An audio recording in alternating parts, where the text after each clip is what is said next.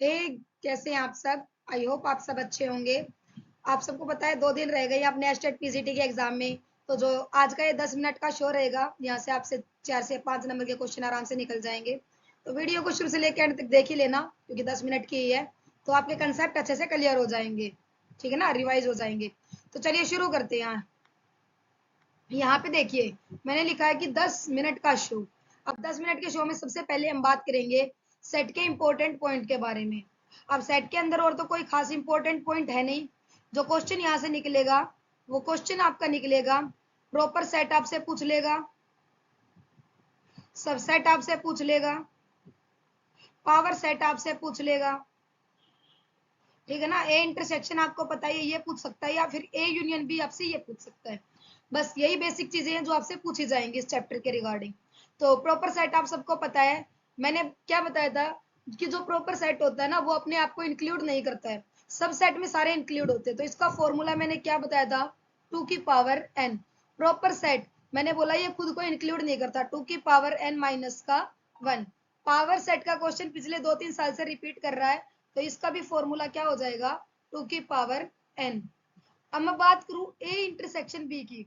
A intersection B का मतलब क्या होता है, वो सारे पॉइंट जो क्या हो ए और बी में कॉमन हो।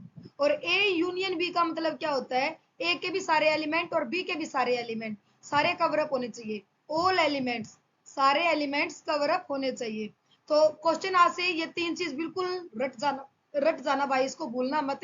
ये आपसे डायरेक्ट क्वेश्चन पूछा जाएगा, पिछले 3 साल से रिपीटेड पूछा जा रहा है। अब बात करते हैं यहाँ पे डोमेन की, रेंज की, कोडोमेन की। अब मैंने आपको क्या बताया था, डोमेन होता है, रेंज होता है, कोडोमेन होता है। तो डोमेन होता है ऑल एलिमेंट्स ऑफ ए। इसी को क्या बोला जाता है, सेट ए। जो ए सेट होता है उसको कंप्लीट को क्या बोला जाता है, डोमेन। कोडोमेन किसको बोला जाता है, सेट बी। जो सेट बी होता है वो कंप्लीट अपने आप में क्या होता है मेरे पास, codomain, like all elements of B, ठीक है। और रेंज क्या होती है, रेंज मैंने आपको बताई है ओनली वो एलिमेंट्स बी के ओनली दैट एलिमेंट्स जो मैप्ड हैं, जिनकी मैपिंग हुई है, ठीक है ना, जिनको अपनी प्री इमेज मिली है। इस तरीके से याद कर लो। तो आपको तीनों चीजें क्लियर हो गई। अगर आपसे डोमेन पूछा जाए तो डोमेन सेट ए के सारे एलिमेंट निकालने हैं, मतलब इसमें एक्स की वैल्यू निकाली जाती है, ये मैं आपको बता रही हूँ। रेंज की अगर मैं बात करूँ तो रेंज होता है मेरे पास केवल वे एलिमेंट जो मेरे पास मैप हुए हैं। और कोडोमेन होता है सारे के सारे एलिमेंट्स वी के। एक छोटा सा एग्जांपल लेके और आपको समझा देती हूँ, क्योंकि भाई एग्जाम आने वाला है और मुझे नंबर चाहिए, सबका एग्जाम क्लियर होना चाहिए, ठीक है ना।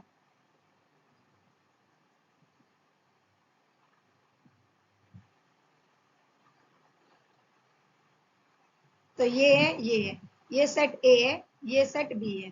इसके अंदर एलिमेंट पड़े हैं 1 2 3 4।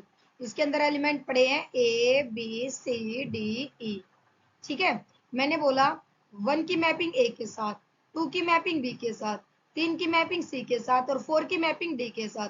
तो आप क्या बोलोगे कि ये सारे जो एलिमेंट है ये क्या कहलाएगा, आपका डोमेन। अगर आपसे डोमेन पूछी जाए तो 1 से लेके 4 तक।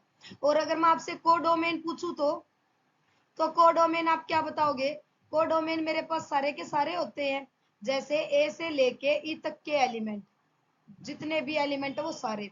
अब मैं आपसे पूछ रही हूँ रेंज, तो रेंज आप क्या बताओगे कि मैडम इसमें ई तो मैप है ही नहीं, ई की तो अपनी कोई इमेज मिली ही नहीं।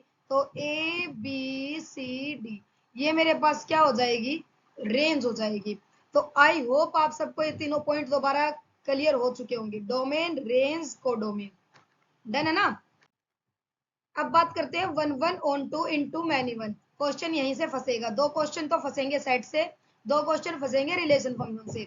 और रिलेशन फंक्शन के 2 क्वेश्चन में आपसे एक तो डोमेन पूछी जाएगी और एक 1 1 into पे पूछा जाएगा, 1 1 on 2 इन पे। समझ गए। तो बाकी तो भाई एग्जाम वाले के ऊपर बात है, लेकिन पिछले काफी साल से पैटर्न यही रहा है। बात करते हैं 1 1 की, ठीक है ना। हर एक एलिमेंट की अपनी प्री इमेज होना जरूरी है। जैसे 1 2 3 ABC, 1 की अपनी इमेज है, 2 की अपनी इमेज है, 3 की अपनी इमेज है। तो ये फंक्शन कैसा फंक्शन है? 1 1 फंक्शन। अगर मैं ऐसे बना देते 1 2 3 ABC, मतलब 1 की इमेज भी A, 2 की इमेज भी A, तो क्या ये मेरे पास फंक्शन होता? ये तब भी मेरे पास फंक्शन होता। अगर मैं इसको ऐसे बना देती 1 2 3 ABC, 1 की इमेज A, फिर 1 की इमेज B, एक आदमी की दो इमेज नहीं हो सकती, ठीक है ना? एक आदमी की दो इमेज नहीं हो सकती, तो ये मेरे पास फंक्शन नहीं होता। तो 1 1 फंक्शन क्या कहता है? ए के हर एक एलिमेंट का क्या होना चाहिए? मैप होना चाहिए। ए के हर एक एलिमेंट की क्या होनी चाहिए? मैपिंग प्री इमेज होनी चाहिए। ऑन टू की मैं बात करूं तो भाई आप देखना, ध्यान से सुनना मेरी बात को, एग्जाम्पल से ही समझाऊंगी, सारी चीजें दोबारा रिवाइज हो जाएंगी। ये है और ये है 1 2 3 4 ABC और D। ये है मेरे पास 1 मैप है A के साथ, 2 भी मैप है A के साथ, 3 मैप है B के साथ, 4 मैप है C के साथ। तो ये फंक्शन कैसा फंक्शन है? इस फंक्शन को मैं 1 1 तो बोल सकती हूँ क्योंकि इसका हर एक एलिमेंट मैप्ड है। लेकिन क्या ऑन टू फंक्शन है? ऑन टू फंक्शन किसको बोला जाता है? जब मेरे पास कोडोमेन और रेंज इक्वल हो जाए, कोडोमेन और रेंज इक्वल हो जाए। क्या मेरे पास, देखो कोडोमेन तो क्या है? ए से लेके डी तक, और रेंज मेरे पास क्या है? रेंज है मेरे पास ए से लेके सी तक। क्या डी मैप है? आप बोलोगे नहीं है, तो ऑन टू फंक्शन नहीं है। इनटू फंक्शन क्या होता है? जब कोडोमेन और रेंज आपस में इक्वल ना हो, तो क्या ये फंक्शन इनटू है? आप बोलोगे ये फंक्शन इनटू है। अच्छा, मैंने 1 1 लिख दिया क्या? सॉरी सॉरी सॉरी, 1 1 होता है हर एक की एक ही बनेगी। ये फंक्शन जरूर है लेकिन 1 1 नहीं है, क्योंकि एक की और दो की सेम इमेज है, pre image. I am sorry. Third point जो रह गया वो रह गया मैनी वन। मैं क्या ये फंक्शन मैनी वन है? ये फंक्शन कैसा है? Many one. आप बताओ भाई जल्दी से, चीजें क्लियर हो गई ना सारी चीजें क्लियर? अब आपसे क्वेश्चन में 1 1 पूछे, ऑन टू पूछे, इन टू पूछे, मैनी वन पूछे, आपको सब आता है, ठीक है ना? देखो भाई ये क्वेश्चन है, इस क्वेश्चन में आपसे डोमेन पूछ ले, ये क्वेश्चन पूरा नहीं आएगा। इस क्वेश्चन में आएगा या तो सिर्फ इतना पार्ट, या सिर्फ इतना पार्ट, और या सिर्फ इतना पार्ट। लॉग के अंदर जो भी लिखा हो ना, अगर लॉग में क्वेश्चन आया और आपसे डोमेन पूछी है, तो लॉग के अंदर जो भी लिखा हो उसको ग्रेटर टू 0 कर दो। ये इसकी ये जो होता है ये साइन इनवर्स है, यहाँ पे कोस इनवर्स है। जो साइन इनवर्स होता है आपको पता है -1 से 1 के बीच में लाई करता है, पता है ना आपको? और ये भी -1 से 1 के बीच में लाई करता है, ठीक है ना?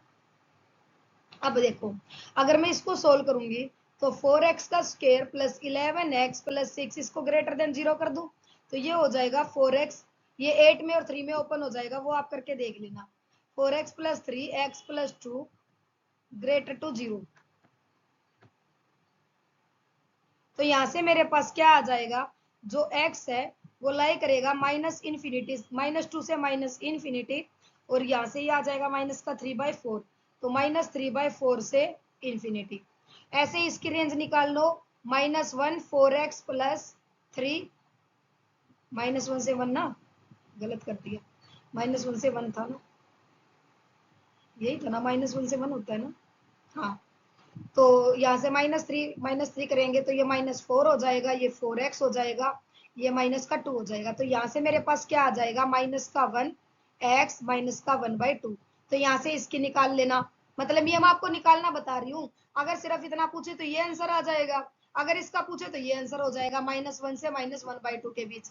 और ऐसे ही इसका निकाल लेना। तो जब भी आपको क्वेश्चन दिखेगा तो इन तीनों पॉइंट से ही दिख जाएगा बस। तो आपको याद रखना है कि कैसे क्वेश्चन को सोल्व करना है।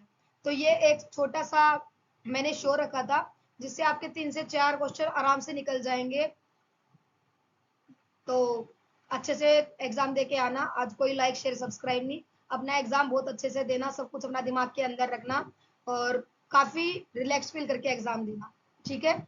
अगर आप चाहते हो कि एग्जाम में बैठने के बाद कैसे अपना प्रेशर रिलीज करें, तो मैं उस पर भी एक वीडियो बना दूंगी, लेकिन एग्जाम निकलना चाहिए। मिलते हैं नेक्स्ट वीडियो में, तब तक के लिए पढ़ते रहिए। Thank you.